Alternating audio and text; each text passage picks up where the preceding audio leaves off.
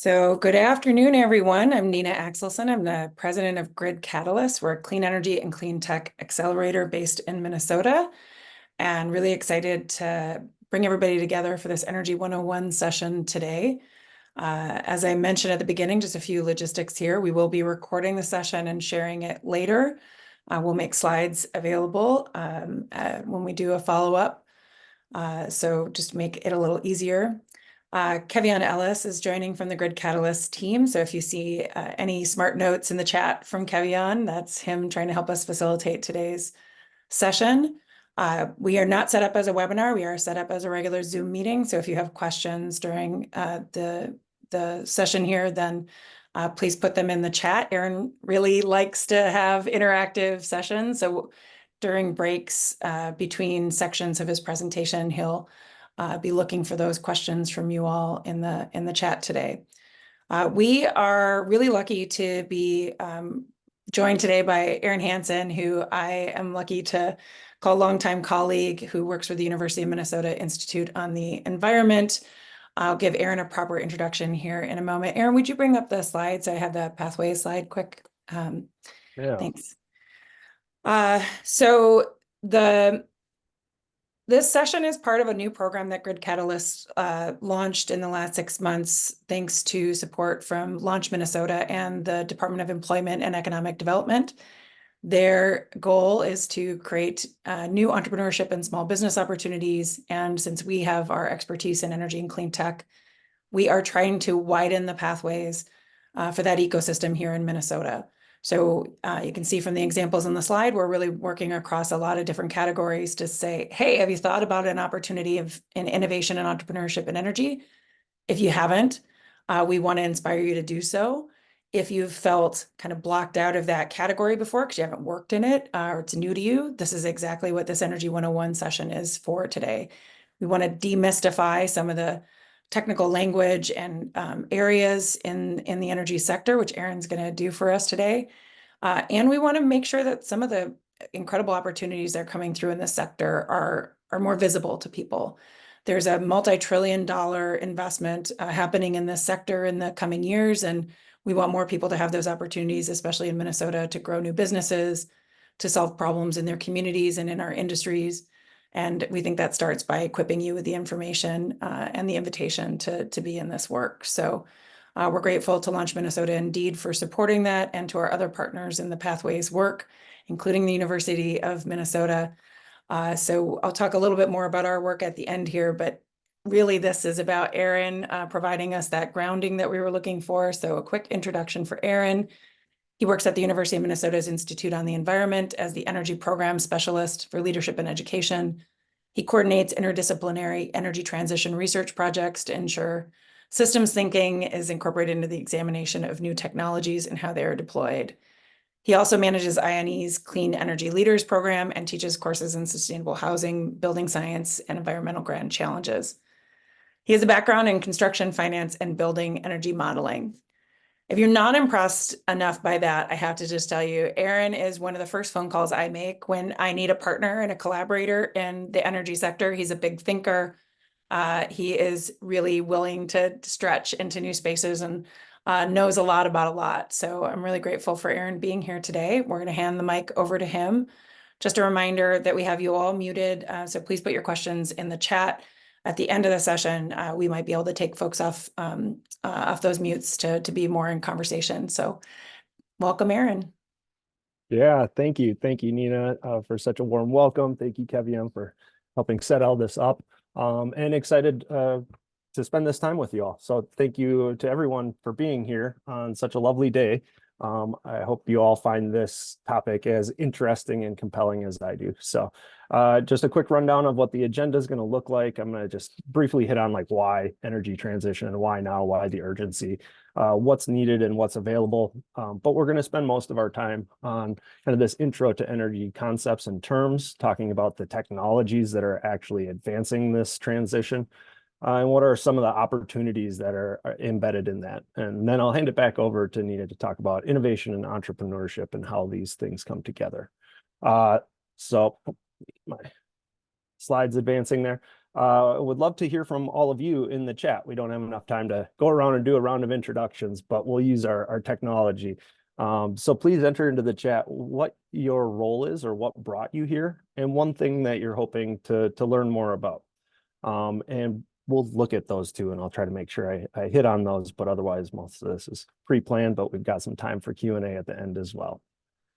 So Nina already gave me a very nice introduction. Thank you so much for that. So I'm not going to belabor all this, but I do love to show this childhood picture of my former years when I was pro coal. I have been converted now to understanding that the renewables and the clean energy transition is something to embrace. So why energy transition? Why now? We are in a climate emergency. The emissions that we're putting into the atmosphere from burning fossil fuels to consume that energy is causing problems.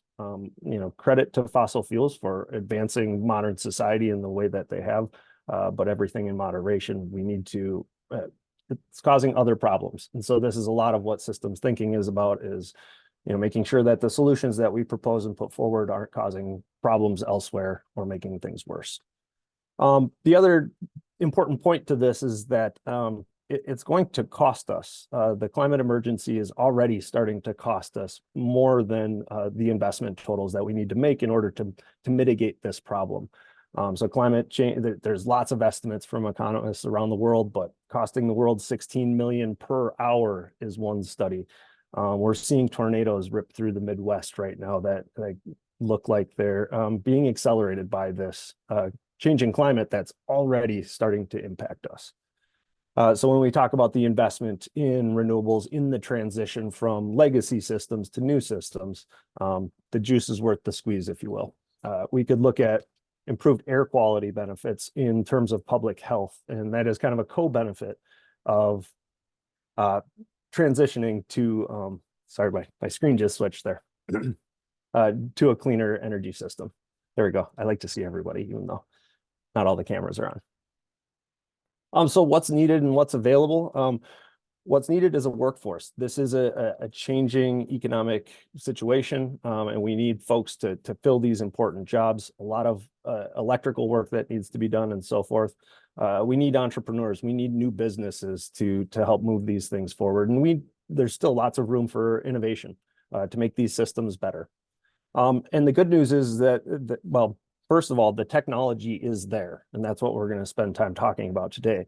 But there's also a lot of support to help get that transition moving along. So federal funding, as Nita alluded to, there's multi-trillion-dollar bills that are starting to funnel into the states and into actual projects in actual communities.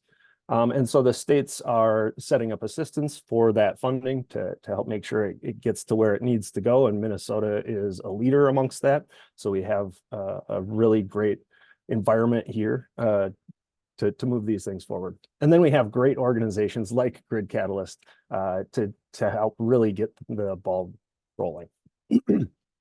Okay. So let's move on to the technologies. And let's start with kind of our consumer end of things. We'll start with buildings. When we're talking about buildings and the transition, the energy transition within them, we're primarily talking about electrifying the building heating for commercial and residential buildings. So traditionally, we're using, well, most of our heating, or energy use in buildings, excuse me, is going towards space heating. So the air, the environment that's within the building to keep the people, the occupants comfortable. In Minnesota, we need to worry about those buildings freezing also. So there's an extra layer of urgency in this part of the situation. So space heating being our primary energy use in buildings, but we also have water heating. And in the commercial sector, we also see a lot of energy use from cooking.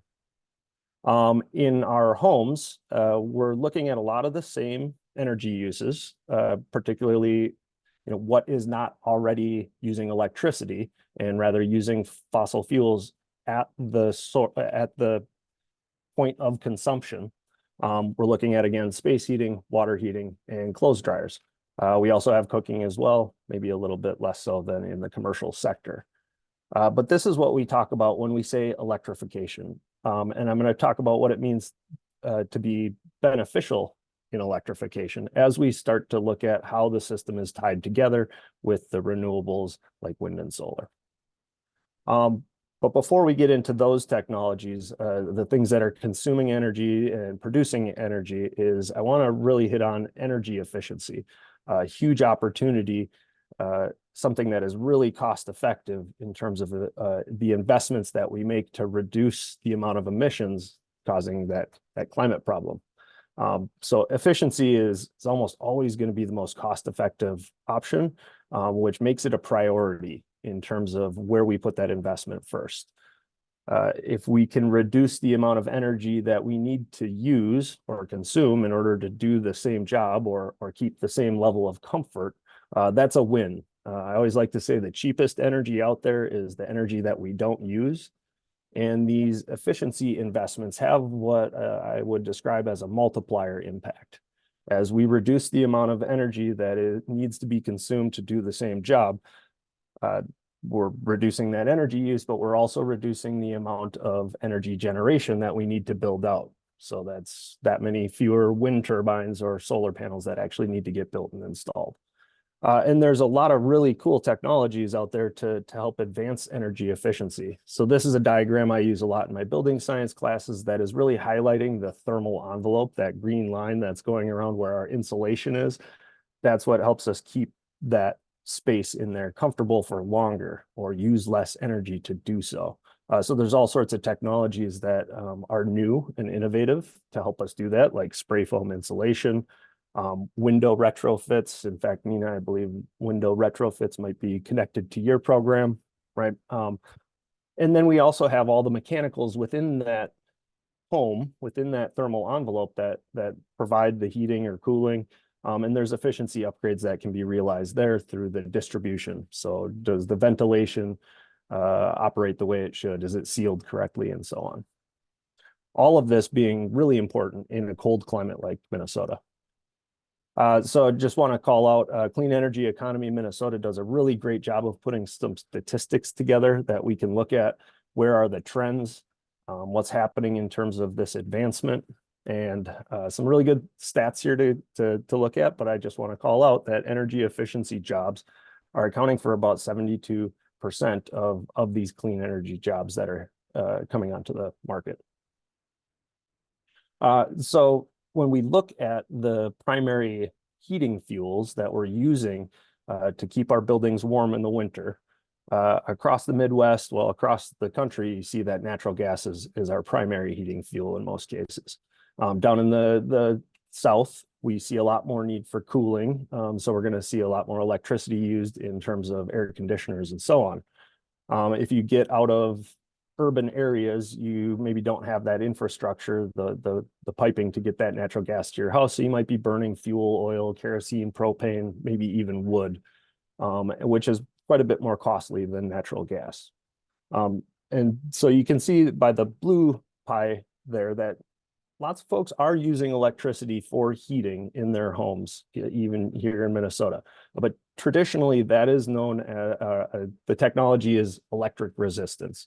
So think space heater, a big space heater in your furnace, essentially. And we're going to talk about one of the technologies, air source heat pumps, that is replacing that technology. So air source heat pumps, you may have heard the term. It's essentially an air conditioner, the traditional air conditioners we have on our homes that can run in both directions. So the new innovation here is that these heat pumps have been calibrated to be able to pull heat out of our frigid Minnesota winter air using the refrigerant that is in there and a pump to pump that refrigerant and bring the heat into our homes. So really innovative technology that's using kind of a traditional technology as the base, but we're seeing about a 3 or 4 time multiplier in terms of efficiency as compared to that space heater. So huge jump in efficiency. Another technology that's very similar, but instead of trying to pull the heat out of cold Minnesota air, we can use the ground as a ground source heat pump. So when we get below our frost line, about 6 feet down or further, we see a nice stable temperature and thermal mass in the earth where we can dump heat in or pull heat out of a pretty consistent 50 to 55 degrees Fahrenheit thermal body, if you will, the soil or even a pond. These tend to be pretty large systems. And so economically, it doesn't often make sense for this system to be connected to a single family home. But for commercial buildings or communities even, we can see where this could make good economic sense because the efficiency of the system helps make up for the cost of the size of installation. In that space, want to highlight one of these innovation examples out of the University of Minnesota, some feats in geology and hydrology. They figured out how to connect these ground source heat pumps to the local aquifer using hydrology to help move that heat away from the system, making it a much more efficient system, using a much smaller footprint, and therefore being much more cost effective or affordable. So we see some examples of these going in around the state. One of our university buildings, there was a workforce training center in North Minneapolis that has one right in the parking lot, goes about 400 feet straight down. And a new project called the Heights that Nina will touch on when we talk about green banks. So just want to touch on this really quick because I think this is useful information for consumers and residential customers. The IRA funding, the Inflation Reduction Act, for installing rooftop solar and home storage, there is a provision for 30% of the cost. For switching to electric appliances, households can apply for up to $14,000 in upfront discounts. And there's some parameters there that I won't get into the details on. But then also purchasing electric vehicles. The Inflation Reduction Act also offers up to $7,500 towards the purchase of a new electric vehicle and $4,000 towards the purchase of a used electric vehicle. Which brings us to transportation. And I want to stop just for a quick second to see if there's questions that I should answer before we move on. Right. Aaron, it looks like we have one question here. For energy efficiency in the home, what would you say are the best low-hanging fruit items for a typical homeowner to go after improving?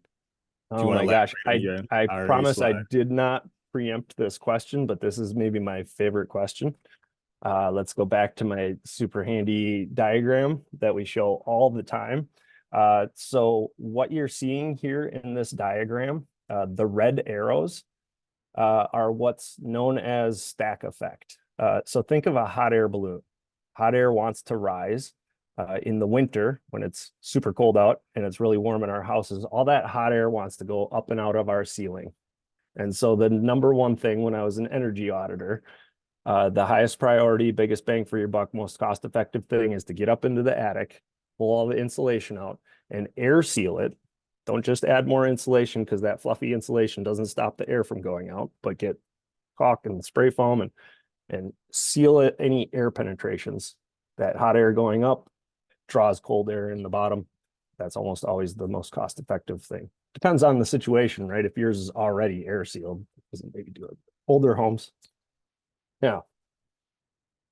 So the thermal envelope, but air sealing the ceiling. Anything else? That is all we have in the chat for now. Okay, great.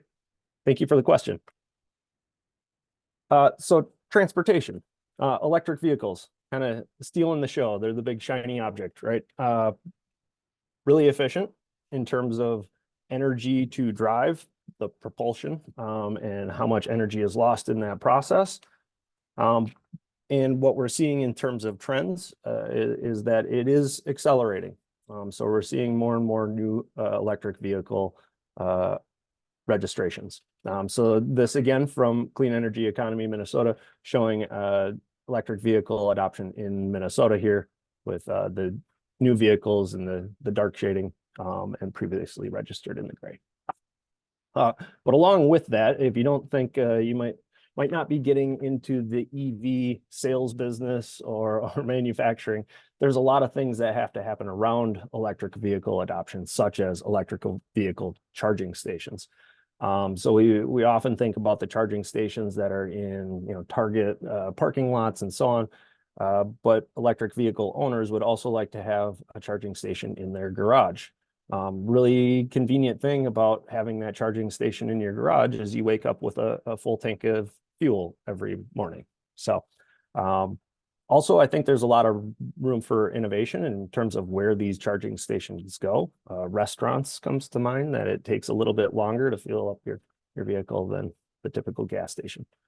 There's all sorts of other mobility options that are hitting the scene. So electric buses, but also on the consumer end, we're seeing the EV scooters. This is also known as rideshare. So you're picking up a scooter at one point and leaving it at another. We can do the same thing with cars. You may have seen EV around or EV. So I think there's room for innovation in this market as well. Any questions on transportation? I went through that one pretty quick. Folks, while Aaron is holding for some questions, I'll note that this is a category that when we think about social or market innovation, this is a really big category where it's not just inventing the widget, which we tend to think about as something where someone's coming out of an engineering program or has a different technical background. The opportunities for innovation and entrepreneurship can be about connecting that technology into a community or to the end user. And that's where we think about the opportunities for deployment. So if a community doesn't currently have access to some of these transportation options or other mobility options, how do we make sure that we can increase that access, look at how people are paying for those things, and that can be done through apps, that can be done through community initiatives, but really something where we want to emphasize as a really interesting area for social market innovation. Yeah, absolutely. And I'll also just go ahead. I can add my comment later. No, please go ahead. I was just going to. I was just going to add that this is another form of electrification. So we're moving away from something that consumes fossil fuels at the point of consumption to using electricity.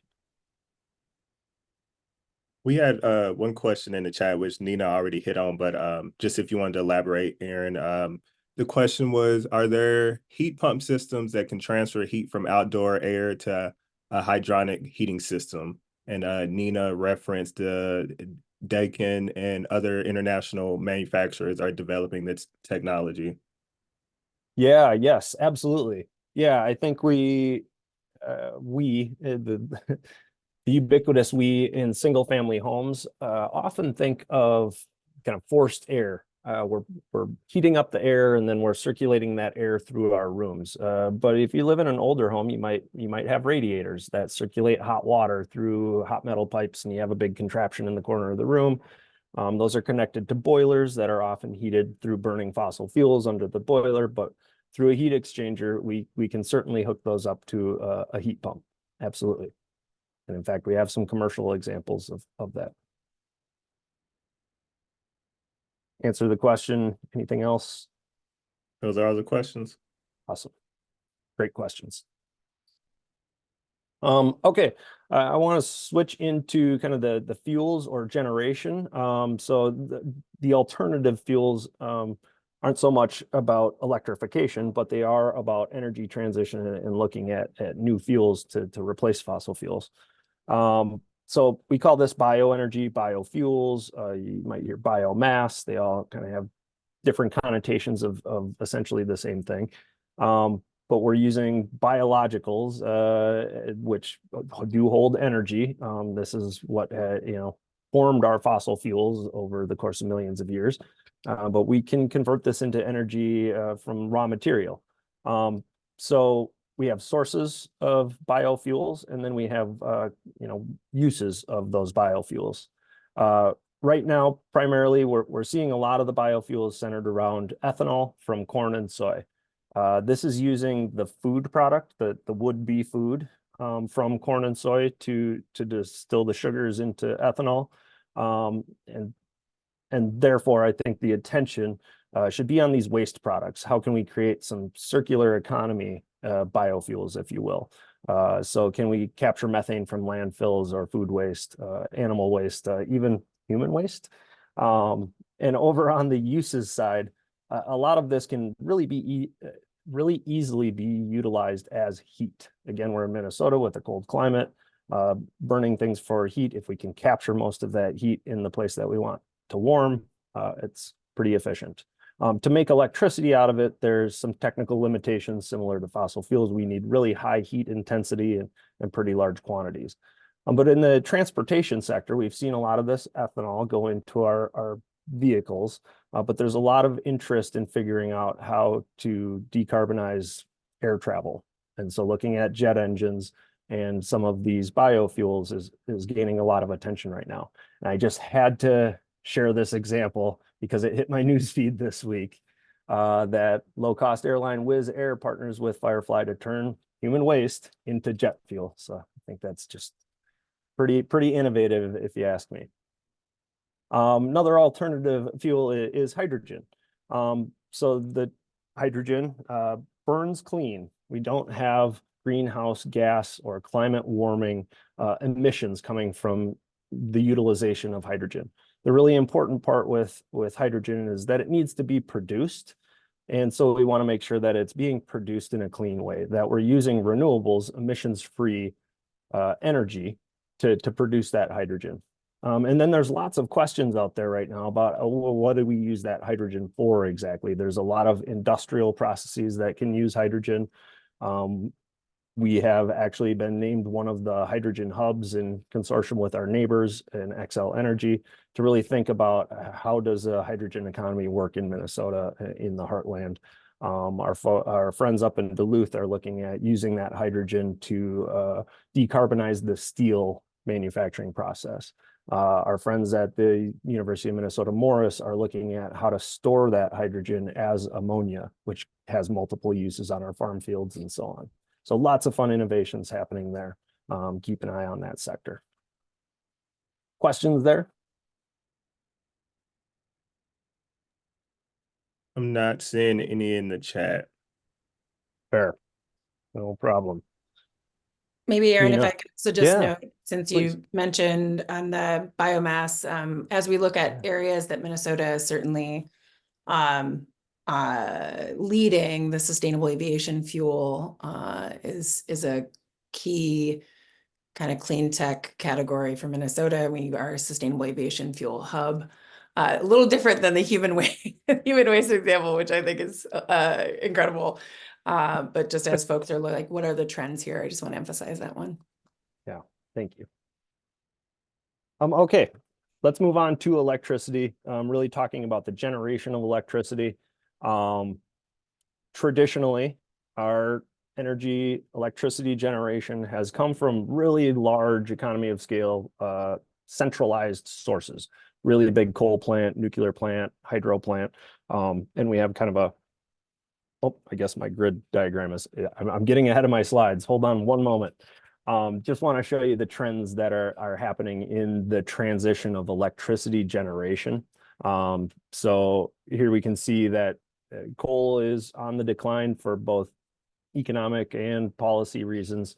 Natural gas on the rise, also for economic and policy reasons, and a huge increase in renewables as well.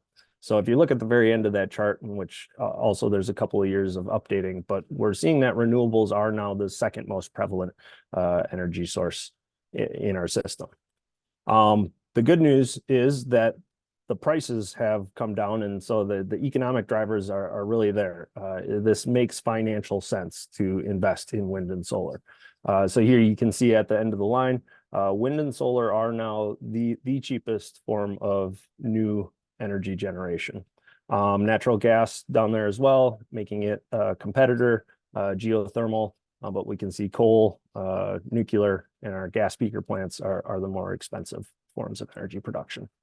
I'm not going to touch on hydro, but just to say it is a renewable source of energy, a clean or emissions-free source of energy, but they're really large systems, and we're not seeing a lot of new systems being built. I would say that's the same with nuclear power as well. Really large centralized systems that We're just not seeing a lot of new ones being built. Geothermal, I do want to touch on quickly. We don't see a lot of these being built, but we're starting to see more of them. And so the difference between geothermal and a ground source heat pump is that we're actually going down deep enough to really get into the heat from the core of the earth, if you will. So this is pretty common in volcanic areas like Iceland and Hawaii. But with new technology, we're finding ways to do this in other areas, really using the technology that the oil and gas industry uses. We're finding more efficient and cost-effective or affordable ways to build these really large systems. So these are being used to produce electricity with that high heat intensity. And so, yeah, that's an innovation that we should watch for growth in that sector. Just a really quick note on Minnesota's context as I kind of fly by fossil fuels and get into wind and solar is just worth noting that Minnesota does not have any coal resources. So all the electricity we use, we either import the coal or we import the electricity made elsewhere. Same with natural gas. We do not have any natural gas deposits in Minnesota. So moving on to wind energy, though, one of the primary two forms of renewable generation that we're talking about. So here's a really nice map that the National Renewable Energy Lab has put out about where consistent high quality wind resources are. In other words, if you build a wind turbine in these areas, you can expect about this much wind to blow, and you can do the calculation on how much energy you could produce from that wind. So looking at Minnesota, you can see down in the southwest corner of our state, we are in some of the most rich wind resource areas. And just to highlight, this is a really great growth industry for employment growth. I had to clip this article here. Hottest job in the US, paying $80,000 with no college degree needed. Here on the right, you can see a diagram.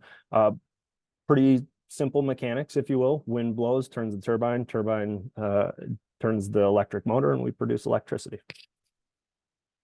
I'm going to get through this and then we'll stop to see if there was questions on that. But last one is photovoltaics, using the sun's energy to actually produce electricity directly rather than just heat. I like this photo. This is a project that I work on where ground-mounted solar can have multiple ecological opportunities. And here again is a similar map showing where the solar resources are in the US. And you look down at New Mexico and the Southwest, and you can see that there's really rich solar resources there. And you might think, well, maybe is Minnesota good for solar? And I want to argue, yes, absolutely. If you look at a similar map of Germany, who is doing really well with solar, we actually have better solar resources hitting the ground in Minnesota here. And there's lots of jobs out there for solar workers.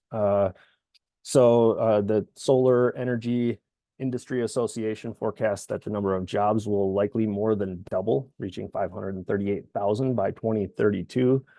Here in the chart, you can see the growth in this sector.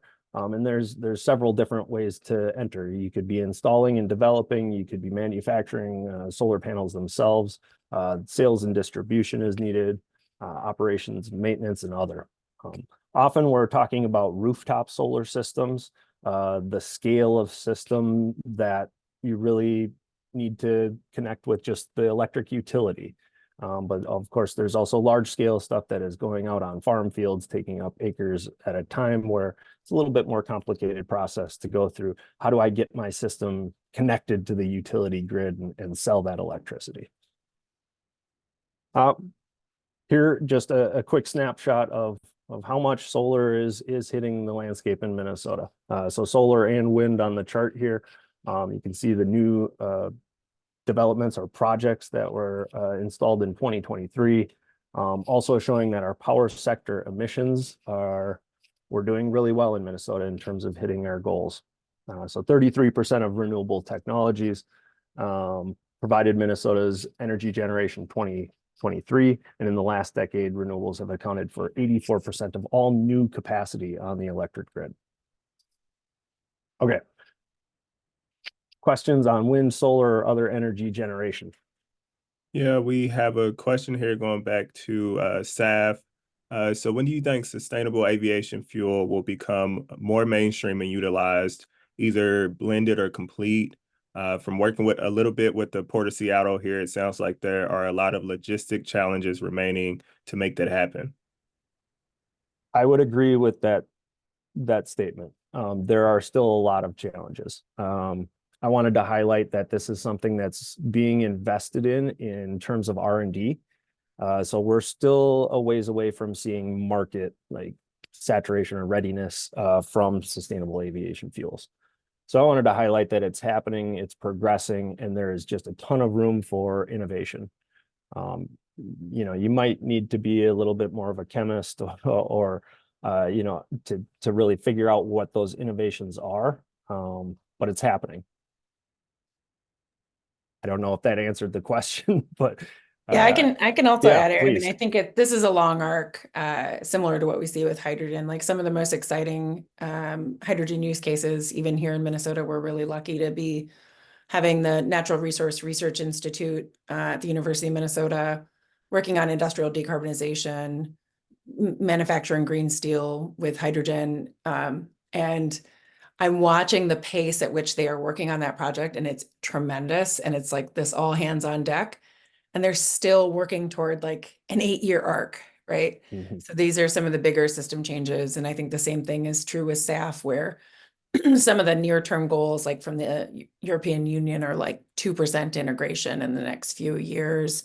Yeah. And I think the 2050 goals I've seen are 50 to 60%. I might not have those numbers exactly right, but integration at, a 15-year arc. So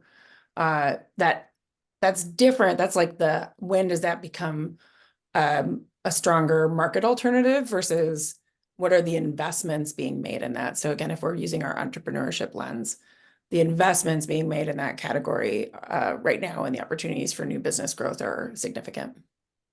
Yeah. Yep. Well said. Thank you. We have another question here. So how much capacity does the existing electricity grid have to cope with new residential solar within the Twin Cities? Is there an issue long term for more systems being added, and how's Excel managing it?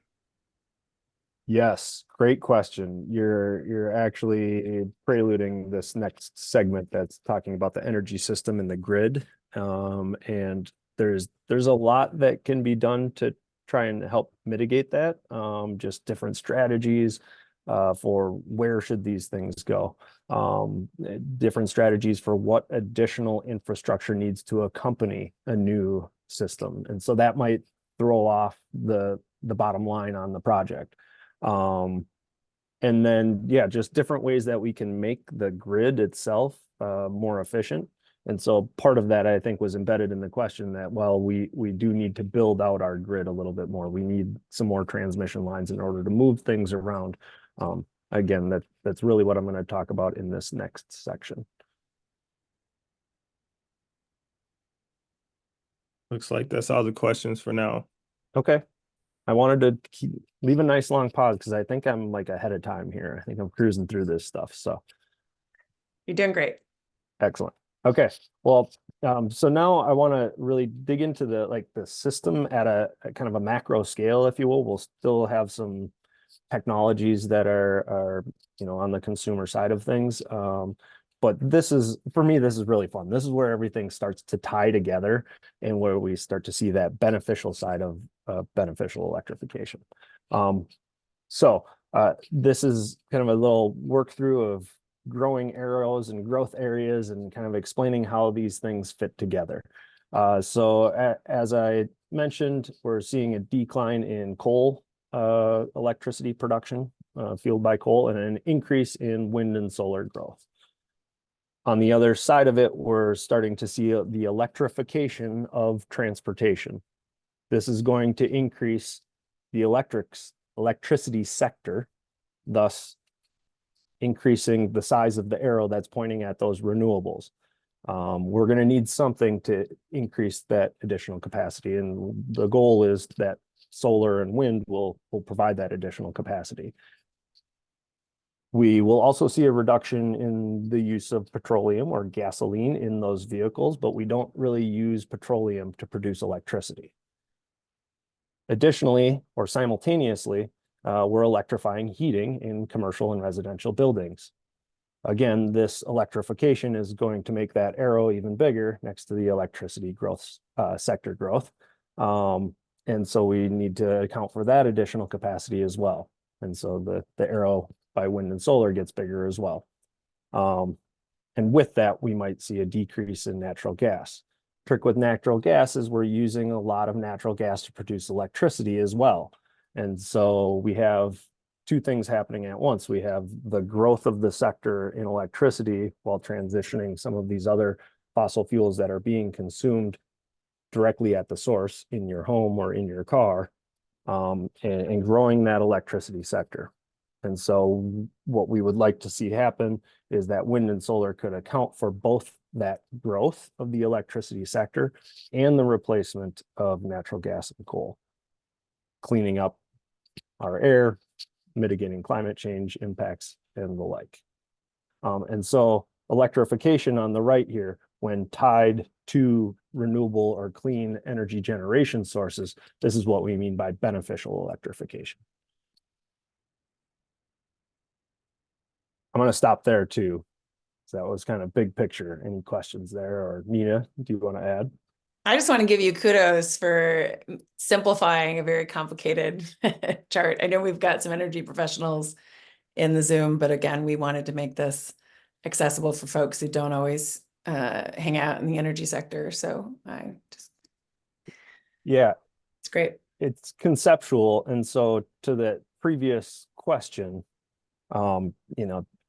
buried in the data somewhere is a more discrete answer to that question about like exactly how much and so on, but that's pretty hard to predict. And yeah, Aaron, you have a really request big to go numbers. back to the graph. Oh, yes. Which one? This one? I think this one. Connor, do you have a follow-up or just wanted to take another look at it?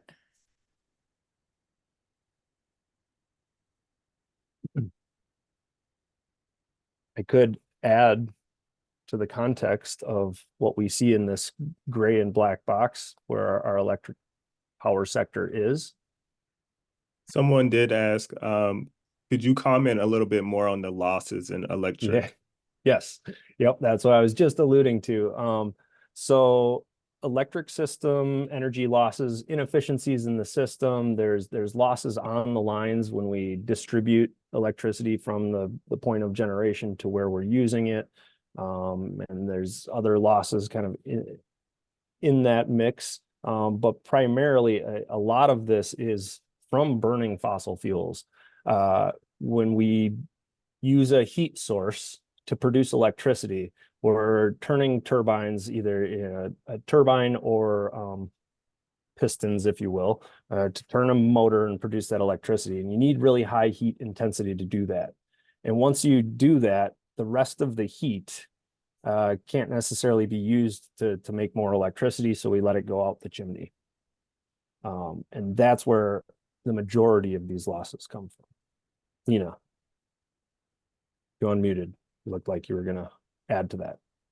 No, okay. Yeah, so there's quite a few losses in that system. It's a lot. It's very sizable.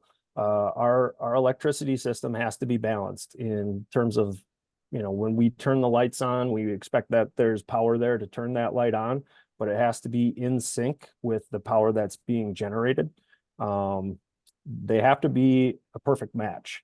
And so the way we do that is, well, with these fossil fuel burning systems, think of a coal plant that's burning a bunch of coal and it's producing heat, that's producing steam, that's turning the turbines. But that coal takes a while to heat up and it takes even longer to cool down. And so that heat going out the chimney is kind of the way that we can ramp up and down that power generation to meet the demand. With the new technologies, especially the ones I'm going to talk about in the next slides, with advancements in the grid and being able to send the electricity where it needs to go more efficiently, having energy storage on the grid that could absorb some of those excess generation and then dispatch it when the demand increases, those technologies will actually make this system more efficient, and in my opinion, more resilient. And so I'm going to get into those technologies next, unless there's any other questions. I think we can go. Okay, awesome. So energy storage. Yeah, so I've talked about kind of the grid, and I'm going to get into that one right after this, but energy storage is a really fun technology. I get a huge kick out of this stuff. How can we store excess energy when it's being produced to use it at a later time? So lithium ion batteries, the things that are in our phones and our cars, are the most prevalent. Here, this is actually a project in Australia. This was the world's largest lithium ion battery pack. Energy costs, the prices are a little bit higher, quite a bit higher in Australia. So this is able to act as a market player. When there's excess electricity being generated from wind, when the demand isn't as high, it can absorb that low cost energy and then resell it to the market when it's being demanded. And that's how a system like this pays for itself, essentially. And this system ended up paying for itself way ahead of schedule. So kind of an exciting feat of new innovation. Good news on this energy storage side is that the cost of lithium ion batteries is tumbling just as fast as wind and solar. And so this infrastructure is much more affordable. And as I described, it can, provide its own business model. There's other technologies out there to store energy besides lithium ion. Really excited about this project called Rusty Batteries, a new form of battery that uses iron, using iron and air to turn that iron into rust. And just like a lead acid battery, we get a chemical reaction that we can harness that energy from. So really large scale, really slow moving. I think this thing is set to take up a couple of football fields worth of iron air batteries, but it'll be enough to store power for a couple of days should the power go out in that area. There's other really fun mechanical ways to store electrical energy. This one I think is one of the more simple and elegant and fun things to wrap your head around is just let's hook up concrete blocks to a crane. We'll lift the concrete blocks up when there's excess electricity, and then we'll let the concrete block lower when we want to get that energy back out. Lots of different ways to do this. This is known as a gravity battery. We can pump the water back up a hydroelectric dam, and that's called pumped hydro storage, and that's been around for a long time. So energy storage on the grid can really help balance those things out, provide that resilience, and reduce the amount of waste that we see on the system. This is a fun sector for me, being in building science and thinking about the efficiency and energy use in buildings. But all of these are essentially energy storage devices. A lot of us are familiar with the domestic hot water heater, where we have 50 to 100 gallons of water being kept at 120 degrees 24/7. So thinking about when that heats up and how it stores that energy, it's a battery. The home, going back to the thermal envelope, the more efficient we can make that thermal envelope, the longer our homes can store the hot or cold air that's keeping us comfortable inside, thus making them a form of energy storage should we decide to use it that way. And then of course our phones are batteries.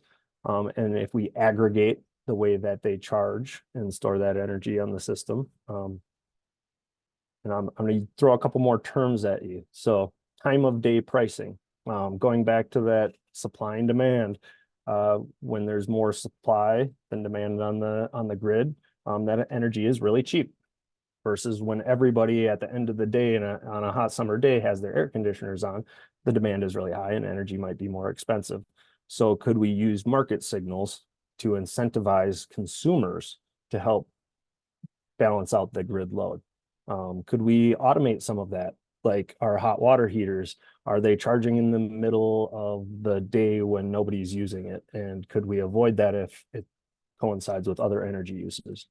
Or could we even install what's known as demand response? So the utility, rather than giving you a pricing signal and hoping that you'll react, maybe you're willing to automate some of this stuff. So Apple, if you have an iPhone, actually implemented clean energy charging. So they're watching. They know when you're sleeping. They know that you plug your phone in at night and you have 8 hours before you expect to have a full battery, but it only takes 2 hours to charge that phone. Could they look at the grid and say, well, there's going to be an excess of wind from midnight to 2. Let's make sure that their phone's charged from midnight to 2. So that's something that's already happening. I'm kind of excited. Okay, let me stop there again, see if there's any questions. And then I think this is my last section. We have one question here, and let me see, get back to it. I'm not sure I fully understand it. So if you want to clarify more, please come off mute and do it. Could you touch more on thermal storage and then parentheses, like making ice for cooling? Yeah. Well, so thermal energy storage, very much the examples that I was just providing. Domestic hot water heating is a form of thermal energy storage. And so thermal energy storage can go a lot of different ways. Typically, we're talking about thermal energy storage in terms of temperature conditioning. I want something to be hot or cold, and I want it to happen a little bit later. Versus thermal energy storage, where you might be storing really high, large quantities to try and actually get that heat back out and produce electricity. That's tricky. But thermal energy storage can happen in lots of different ways. So you could make ice, for example, store it and then use that for more long duration cooling. Hope that answered the question. Aaron, since Yeah, this is yes. one of my favorite topics. Yes, that's I might right. jump in Absolutely. just for a moment as Please. your resident district energy nerd. So like the district energy system that serves downtown St. Paul. So there's about 200 buildings in downtown St. Paul that are connected via hot water and chilled water pipes. There are actually 2 large tanks on either side of downtown St. Paul that currently are used for chilled water storage. Chillers are used to charge those tanks and then draw down. It's a huge way to save money and energy opposed to like basically on-demand cooling for those buildings. So you're able to do charging at night and off-peak hours for those kind of tanks, and then draw from them during peak conditions when everybody else is trying to run. So it also allows for some reduced demand on the grid as well. I mostly see those kind of thermal applications at a really large scale. In fact, we actually looked at how to use when they used to plow all the snow and put it at like Midway Stadium or wherever they were putting it. We talked about, could we actually take some of that and put it in the tank, or some of the other snow collection. So there's a lot of like technical validity on some of and you see it in some of the European markets on use of like ice storage for cooling. The economics just tend to be pretty tricky in US applications for the most part.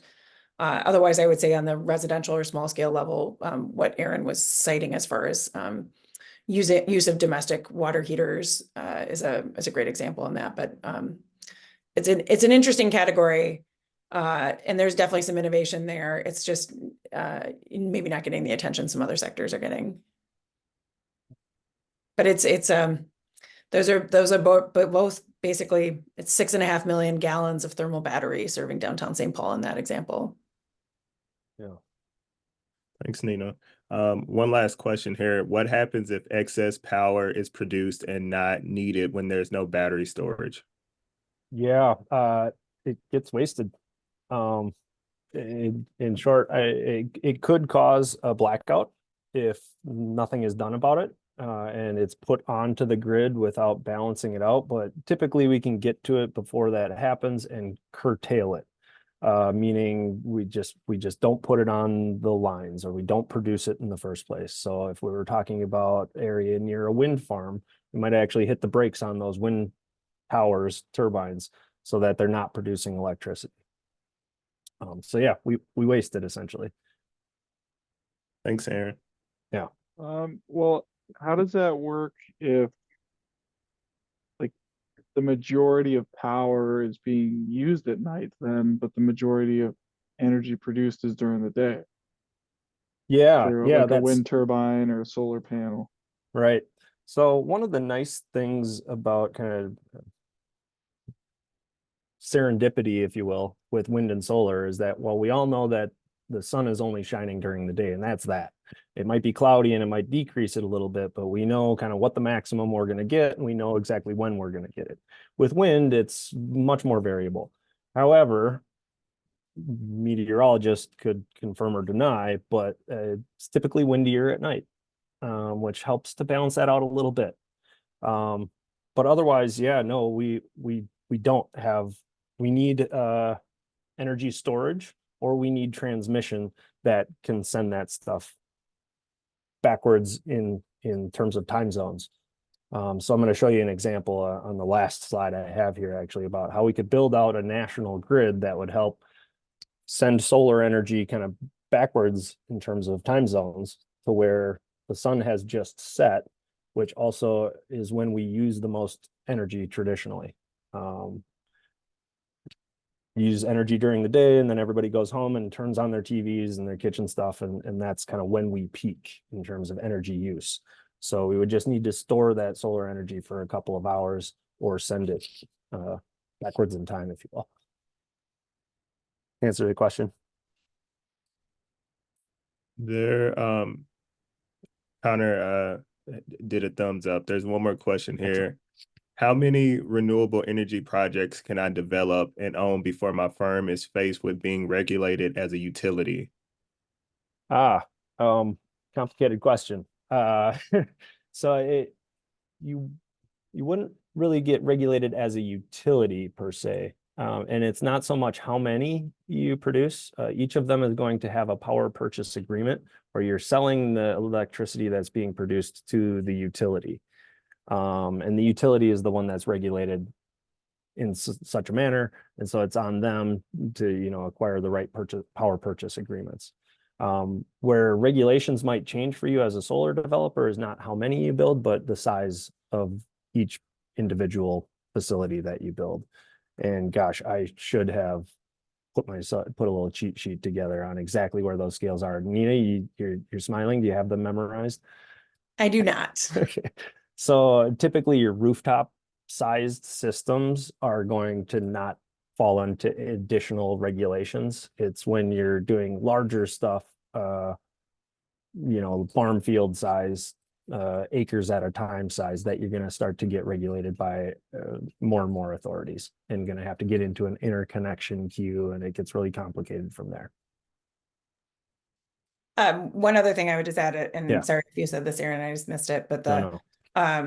what you can do on your own property versus what you can, it's really the, when we look at the structure of the monopoly environment on electric power in particular, I can generate solar at my house. I cannot take that power generation and like cross the road with it and provide power to my neighbor. So it is not just a question of scale, but it is a question of like commerce in that way as we think about like utility structures. So but as Aaron said, as being like a developer, an asset holder, and being in like selling that energy back to a utility, that's less of a so the threshold is a little bigger there. I missed the nuance of and own in your question there, John. Sorry. Yeah. Thanks, Aaron. Yeah. Thank you for the good questions. Okay. So the grid itself, the thing that ties all this together, the poles and wires, the physical infrastructure that sends electricity from where it's being produced to where it's being consumed. So traditionally, historically, our legacy system is one direction, big giant power plant over here, and all the users, hub and spoke model, one direction power flow. We consume at the endpoint, and we produce in big centralized systems. That has totally been upended by this distributed energy generation model. That is, we have rooftop solar. Not all of it is being used within the house. Some of it's being sent out to the grid because we're not home during the day. We have community solar gardens of 1 to 5 megawatts sprinkled all over the place. We have wind farms and more distributed generation. And so that hub and spoke one directional model is out the window. It's 100 years old anyways. So we have room for all sorts of advanced technologies that can help move electricity from where it's being produced to where it needs to go. And this automation will help us do so more efficiently and more streamlined. But it takes some additional equipment out on the system. We need to get more automated. Here's just a quick snapshot of future coal capacity retirements. So this kind of helps illustrate how many of these really large capacity systems are coming offline. So you can see kind of the size of the square indicating how many megawatts are being produced at a centralized facility. So we're talking thousands of megawatts in one central place. And so we need to make up for that with these wind and solar systems that are much more distributed. So here's kind of a quick snapshot of, looks like this was 2017, so a little bit dated. There's going to be a lot more green and yellow small circles and quite a bit fewer of the really large gray circles, if you will, right? It's much more distributed landscape. And so this is necessitating this build out of the grid. So I'm not showing you all the poles and wires and everywhere they are and need to go. There's lots of plans coming out for the build out of these transmission lines. But this is a really cool study that was done by the National Renewable Energy Lab again, called the SEAMS study. The black dashed line is showing actual seams in our grid where we cannot exchange electrons across those black dashed lines. The Texas line being maybe more political versus the line going down the Rocky Mountains is physical. There's a mountain range there, and we just don't have the infrastructure that to cross the mountain range yet. But if you go back to the solar map, and you can actually see it here in the yellow, we have lots of solar resources down in the desert Southwest, and we've been building out lots of electricity generation. And so this is what's kind of illustrating that opportunity to build transmission lines that would send it back east to where the sun has just set and the energy demand has just spiked. So this is kind of a macro look at this, but there's all sorts of industry folks drilling down into the nuance of like, where exactly do these lines go? How would they be controlled? Who would be in charge of them? How do we can buy and sell electrons across these markets? Any questions there? Not seeing any. Just a comment here from Jason. Minnesota Power is working on a project to cross the seam in Montana and connect the West and Midwest. Yeah, excellent. Exciting. Does that, like, by adding that kind of national line in all four like sectors, is that supposed to help with the energy storage problem? Yeah. So rather than storing it, we could simply transfer it or transmit it to a different area where the supply and demand isn't from where we have oversupply to where we have increased demand. Yep. Thank you. Yeah, great questions. Okay, well, now I'm behind on time. See how that goes, Nina? You should have told me. No, I love it. We're doing great. Quick snapshot. This is going to go really quick, and then I'm going to hand it back to Nina. But just to highlight this federal funding that I mentioned in the beginning that is providing these resources, the Infrastructure Investment and Jobs Act, otherwise known as IJA, $1.2 trillion, $550 billion in new funding. It's going to lots of infrastructure projects, but you'll see that a good number of them, transportation, grid resilience, hydrogen, energy storage, all energy system infrastructure investments.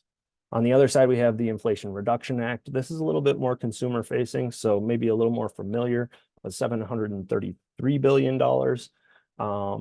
2/3 of that tax credits, 1/3 rebates, grants, and loans included. And again, from the list of investments, you can see a lot of it is focused on this energy transition, transportation, clean energy, the environment, even manufacturing is in there as well. And in Minnesota, a lot of state support and assistance for this and in our own policy goals. We now have a standard to be 100% carbon free by 2040, requiring utilities to get a percentage of their electricity from carbon free sources. 80% by 2030, 90% by 2035, and 100 by 2040. So it's going to move, and it's going to move fast. And in order to get that to the right places, there's a number of policies and agencies willing to help. So the Minnesota Department of Employment and Economic Development has an energy transition office that aims to help communities and workers impacted by the closure of fossil fuel-based power plants to successfully transition into alternatives and minimize the negative consequences from closures and maximize those opportunities. Also want to point out that with those federal investments is an executive order called Justice 40. This is an initiative to make sure that all of the federal dollars that are getting spent, that at least 40% of them are being invested in disadvantaged communities. And so the University of Minnesota was named the hub for the Great Lakes region. So they're managing what's known as the TICTAC, or we always have to have acronyms, but that stands for the Thriving Communities Technical Assistance Center. So there are centers in each state around the Great Lakes region or Midwest that are helping communities do all these things, find information and tools, find grants and apply for grants, project development, GIS mapping, engineering consultants, budget planning, and post-award grant support. So you can find that at TICTAC at umn.edu. And the Commerce Department as well. And Nina, this is where I'm handing it off to you. The slide looks different. Yeah, absolutely. Thank you, Aaron. Awesome. So first of all, I just want to pause because I know Aaron's going to give up the mic, but we'll be available for additional questions after I talk a little bit about some of the funding and programs at the Department of Commerce, as well as some of the things Grid Catalyst is doing. I'll try and get through that quickly in case there's more questions for Aaron. But I want to highlight, just we go back one slide, Aaron, on the TICTAC. At least if you're going to have an acronym, it's kind of a fun one. For those who are participating, who work in economic development or are active in your community, one of the reasons we're having today's workshop is because we know the changes are happening really fast in this system and the funding is going out the door quickly, and it can be really daunting to think about how do I even apply for this? I've never applied for a government loan before or a government grant before. And I think there's a lot of really wonderful people at the Department of Commerce and the University of Minnesota and other places like the clean energy resource teams mentioned later, who want to be here to help you access those things. So if you are here and you work in energy and you want to do more with it, please follow up with us. If you aren't and you're new to it, please follow up with us. The goal is to make all of this more accessible to everyone. So I just want to highlight that before we move on. Now you can go ahead. Thanks, Aaron. Next slide. Yeah. So I'm going to do my best to talk about the Department of Commerce. For those who don't know, the Department of Commerce is the upper level department that has a really broad scope here, as you can see. Whenever I think about Commissioner Arnold and the work that she does, that she has to be an expert in a lot of things to do the Department justice. And what we usually work with is a division of energy resources. So that's a department inside the department that focuses on the energy side of this work. Next slide, please, Aaron. So within that, really key areas to think about how we use energy and the commerce function of energy within our state. So obviously there's functionality within DEED, Pollution Control Agency, and others think about the environmental impact of these things. State departments have a lot of different roles and responsibilities here, but the energy division thinking about affordability, the public interest, how we continue to develop and deploy clean energy, and the reliability and security of that. And they work closely with our Public Utility Commission that has a very specific regulatory role versus this broader role of within the Department of Commerce. So I know they also are hiring at the Department of Commerce and then in this division, and there's a lot of really great emerging opportunities as they're standing up a lot of programs. So if you're also here thinking about careers, there's a lot of great opportunities there. Next slide. So this feels to me tip of the iceberg as far as state programs, but I narrowed it down a little bit based on what I thought some people might be here to learn about today. So some of the new state programs that were created out of either state programs that were through last year's legislative session or because of federal funding. There are big electric vehicle rebate opportunities. Aaron covered the federal rebates in his previous slide, and this is specifically for state programs. There's an electric vehicle dealer certification that is a fully subscribed program. But I just want to note it because, again, it's I could be a car dealer and I could be doing more in selling electric vehicles. And that's, again, another lane when we think about businesses expanding or adapting as we think about changes in the system. This is tangential, but another one we talk about is thinking about how the roles for mechanics and HVAC contractors are going to change as heat pumps and electric vehicles become more prevalent in the market. The Solar for Schools and Community Solar Garden programs are interesting for different reasons. Of course, if you're thinking about how your school can be more energy resilient and save money, the Solar for Schools program is really important. So you might be here just as a parent or a community member and might not know about the Solar for Schools program. So I just want to highlight that. And Kevion put the link for the for the Division of Energy Resources in the chat, so you can find out more there. As well as the community solar gardens, which it's a bigger, complicated topic, but just going back to how do we develop big solar resources and think about how we participate in supporting those as individuals. And so subscribing as a business or an individual into a community solar garden is one opportunity.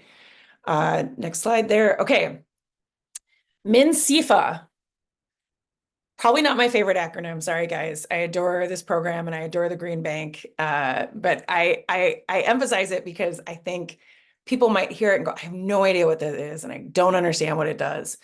And we can think about it really simply as an initiative that helps get capital out to deploy clean energy. So there is a national Green Bank opportunity that was created through federal legislation within the IRA, and then there's, the Inflation Reduction Act, and that has established this Green Bank in Minnesota. It's really, really new, so if you haven't heard about it, you're not alone, and it's still setting up its kind of rules and procedures this year.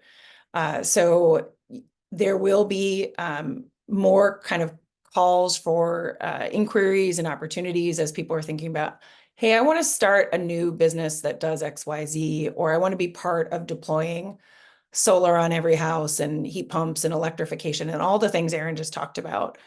How we get that out to everybody is a big part of what the Green Bank does. And they do it through different type of funding. It's loans, but it's also grants and credit enhancements. So that's going to be a big part of how we basically catalyze this next phase of deployment of clean energy in Minnesota. And there's a lot of emphasis there in making sure, as you see at the bottom, that 40% goes to environmental justice communities that can actively benefit from the project. So that's a really important thing of not just doing the deployment, but making sure that we're creating those opportunities for everybody, as we've talked about. So Aaron made the reference earlier that this year they did their first project, which is for the Heights in St. Paul, which is going to be doing a aquifer thermal energy storage, which is a type of geoexchange or geothermal. It's a wonderful community development that's going to be mixed use with housing and businesses that will be a much more sustainable development because they are receiving this funding from the Green Bank for a large capital project. And then, as you can see, we'll just see more from this program going forward. But I really want to make sure that everybody finds out about this opportunity. So maybe your business isn't ready for it now, but maybe you'll be ready in a year when the next tranche of funding comes through. Next slide, please. The State Competitiveness Fund, just for sake of time, I'm not going to spend a lot on this, but one of the important things about accessing the federal funds that Aaron alluded to is making sure that you have matching funds available. And so the state has their competitiveness fund that they're able to put out these matching grants. Again, we'll have the slides available to you, and we'll include follow-up links to some of these things. But if you are a community or a business that is pursuing a grant, there are opportunities to have the state help you with matching funds and help us be regionally competitive. Next slide. All right. So just that pause for the Department of Commerce and the Division of Energy Resources before I get into our stuff. But thank you, Brian. Brian Schub is here with the Minnesota Division of Energy Resources and drop the info email address if you have questions about their programs. Now I'm going to talk a little bit about Grid Catalyst, and then we'll allow for a little more time for questions. So I'm guessing that some of you, if you're here, already know about us or already engaged with us. I definitely recognize some names in the registration. We are started 3 years ago with an emphasis on how to create new startup opportunities in Minnesota, either for folks who are developing new businesses, or you've already developed your business and you've been working on it for years and you're ready to pilot your technology. We are trying to help from that ideation stage all the way to your pilot and commercialization stage. So just want to really offer that if you're participating because you are an entrepreneur and you're looking for that support. We talk a lot about our pilot program because it's a core program for us, but this Pathways program is really to go back further in the process and make sure that if you're earlier stage, we also are providing support to you and that we're building out a more robust Minnesota innovation ecosystem. Because the innovation is going to come from a lot of different places and in a lot of different ways. And that's what we're trying to nurture by having conversations like what we're having today. So if your idea is about how to get, SAF development in your community or electric vehicles in your community, and it's not because you invented a widget, I just want to make sure that you feel like there's a place for you to get support. Next slide, please. So I won't go through this in detail, but for our demonstration program, we do have seed funds from the state of Minnesota through the Minnesota Energy Alley program in partnership with Commerce and Clean Energy Economy Minnesota. So that program will open up June 10th for the 2025 cohort. So if you are a startup and you have been working on a project and you have a prototype that is commercial ready and you're ready to take that next step with demonstration, that's a great program for you. Next slide. So here's that timeline. The applications open in June, close in August. We will have pitches at Minnesota Cleantech Innovation Summit. This is for projects for 2025. You could get started as early as January, but most projects mobilize in the spring. I know it's a long timeline, but for folks who are working in hard tech in particular, these are the kind of timelines we're usually working with to have a smart and robust demonstration project. Next slide, please. And just want to highlight many of the partners we have working within this program. So Minnesota has a tremendous public-private ecosystem that is here to help startups succeed. So these are the folks you might have the chance to work with within our demonstration cohort. But also a lot of these folks have offered mentorship. So if you are an earlier stage entrepreneur, there are a lot of these folks that really do want to see you succeed and are here to help you think about your business and how it evolves. Next slide. I want to preview that we will have our Minnesota Cleantech Innovation Summit on September 24th. If you hadn't heard about it last year, the University of Minnesota has something called the Electroposium, which is all about those electrification opportunities that Aaron talked about. So even things like electric mowers. We know people who are starting electric-focused landscaping businesses that the Electroposium might be an interesting place for you to hang out if you're interested in some of those business opportunities. And then that's on the 23rd, and then the 24th will be the Minnesota Cleantech Innovation Summit at the University of Minnesota, but more information to come on that. Our next events are coming up here quickly. If you really dug today's session, but now you want to learn a little bit more about entrepreneurship, the next session with Angel Evan is coming up on June 12th, and she'll talk a lot about, well, now you have a business idea, what do you do with it, and help you think about the development of that. We have another event coming up in July, and we do have a virtual incubator that this is what we're trying to work towards, so that if you have an idea, we can actually help you with a more structured way to get your business going, but that's not until 2025. Next slide. Just also wanted to have these here for additional resources. Again, we'll send out the slides and these links, so you can actually click on them. If you want to screenshot, that's okay too. But this is just a portion of the people that are here to help you. Clean Energy Economy Minnesota being our primary partner with Minnesota Energy Alley. But there's a lot of different ways to mobilize the energy system to where we're going, whether that's through entrepreneurship or your own adoption of these technologies.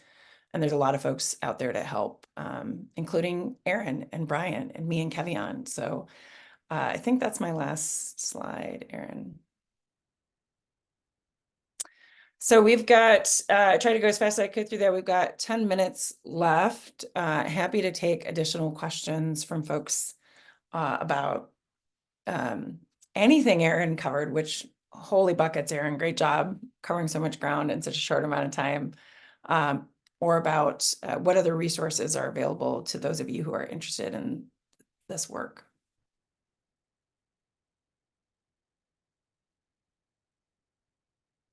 And if you're feeling shy, use the chat, or Kevion did drop our email addresses in the chat as well, and don't hesitate to follow up with us directly. Aaron, anything you didn't get a chance to say that you're like, also, I forgot to say, or I have to say twice?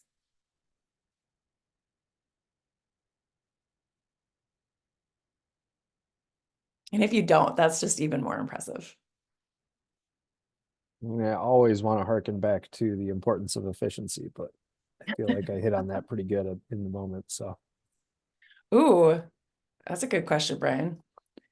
What are your favorite energy innovations happening here in Minnesota? Yeah, I would say it's the energy storage stuff. So yeah, anything that we can do to absorb that free energy, if you will. When we talk about wind and solar, the fuel is free. And you just can't compete with that. So I think anything we can do to make our grid more resilient and efficient at the same time is a win-win. And I just really dig the technologies. There is so much that I didn't get to in terms of energy storage. That's a whole nother session. Great. Oh, we have a question here from Carissa. What is IONE's philosophy about how much of the energy transition should fall to consumer upgrades versus utility scale changes?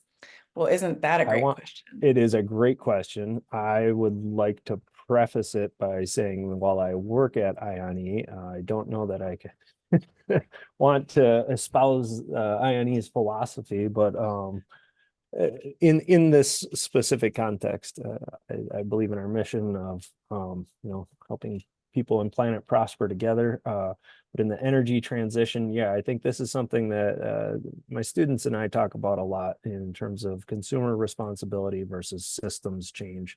And I think it's twofold. We need both. I think the consumer responsibility or upgrades part it is also twofold in itself. For one, we do need more awareness, and there is some needed behavior change embedded in that, while recognizing that the bulk of the responsibility does fall on these larger system actors, if you will, the decision makers with power and so on, and really rich folks too. Yeah, but consumer upgrades, I mean, it has to happen both at the generation side and the consumption side. That's where the beneficial part of electrification comes in, is that it's twofold. They're tied together as we build out renewables, electrifying those things that consume fossil fuels at the end state becomes a multiplier to that clean energy transition. And so we need those consumer end upgrades to happen as well. And so by nature, it falls to the consumer to do that. And so these policies are really instrumental in moving that forward, especially as we think about, I talk about the opportunity to invest in cost-effective solutions can be tricky for like low income families. We were just looking at actually one of the building I'm in here spent $1,500 to transition all the light bulbs to LEDs, but they saved $3,800 a year on that. That's great. It's super cost effective. But if you don't have $1,500 in your pocket, it's hard to do that up front. And so you need these incentives and these policies to help make sure that there's like an equitable transition in all of this. And answer the question. Yeah, thank you. Yeah, great question. There's another question here. Are there funding opportunities for providing EV charging infrastructure? Yes, in short. Nina, do you have more details on that? What I'll do is in the follow-up, I'll send a couple of links because I don't know what's active right now as far as state and federal programs. But yes, to echo Aaron, absolutely, there is. I think it just depends on what part of that you're looking at, whether it's, are you trying to put EV charging infrastructure into your business, or are you trying to help it get to your community? But there's a lot of money coming into Minnesota right now for EV charging infrastructure. Some that's already just been granted and is being mobilized. So great question, and we'll push some more information out about that. I don't want to put Brian on the spot, but Brian, I did see you. I was not going to, but I'll do so it. Brian, I'll just be the real bad guy. clear who did that. It wasn't me. Our friends at the Minnesota Department of Transportation do have different programs, and like Nina said, well, the scale of what individuals are looking for, I think Nina kind of outlined, vary with what's available, and so that'll be part of the follow-up for this. It's a good government answer. It depends, but it starts with what Aaron said. Yes, there is funding available for EV charging infrastructure. Yeah, thank you, Brian. I guess we'll take Garrick's question as the last one here of how do we move the PUC or the Public Utility Commission to prioritize P more than U? Seems they don't embrace innovation. Aaron, if you don't mind, I'm going to take this one. Oh, please. I was hoping an easier question was going to pop next. And partially, I'll just note, Garrick, for today's session, just because this is our Energy 101, we're not going to get in as deep into this as I'm sure you'd like to, and I'm sure we should. There are a lot of other folks working on things with the Public Utility Commission. Grid Catalyst traditionally doesn't. There are some places we intersect, and I'm going to speak to those. But otherwise, I encourage you to talk to Greg Mast and some of the others who are working on more of the regular, or Fresh Energy, who are working on more of the regulatory side. But we are actually kicking off a project with the University of Minnesota. Gabe Chan and Matt Grimley out of the Humphrey Institute, actually next week, funded by the National Renewable Energy Lab, to look at how to create basically like an innovation sandbox in Minnesota, and whether that is partially through Public Utility Commission structure, or how our utilities engage in the work. There are some really good best practices from around the country that have helped emerging technology not going to get held back by the traditional docket process. That I think even utilities will say, hey, well, we want to use this, but our R&D funds are for load shedding and not load shifting. And so things kind of get stuck behind that. And I think there are a lot of folks who would like to change it. So we're going to try and dig into that with our partners this year, and hopefully be able to do some other things. But I will say, most of the members of the Public Utility Commission that we have spoken with are really in favor of continuing to find ways to innovate and move things forward for emerging technology. And I'm just going to really hope that commitment stays as we find some new ideas. So it seems from my view that there's a lot of pent-up innovation, that there's plenty of innovation, a plethora of innovation, and it's gated. And more innovation isn't solving that problem. Yeah, no, it's definitely one of the things that we look at as something to solve for. And again, I feel like nobody has said we don't want to do this. So I think that it's just a matter of finding some of the levers to pull. So We are up on time. I just want to give a tremendous thank you to Aaron, who figured out how to prepare for this toward the end of the semester and before leaving on an international trip within the next, I think, 24 hours. So can you imagine how fun it is to be in Aaron's classroom? He did just a fantastic job covering a lot of really complicated topics, and I'm so glad we recorded this. Again, just want to extend the invitation to reach out to any of Kevion and Aaron and myself, and Brian put the information for commerce there. We really want to be here for you as you navigate the complicated world of energy and make things simpler to move innovation forward. So, and again, another thanks to Deed and Launch Minnesota for making this programming possible. So thank you, everyone. Thank you, Aaron. Thank you, everyone. Thank you, Nina. Yeah, follow-ups coming soon. Take care. Great stuff. All right. Thanks, everyone. All right.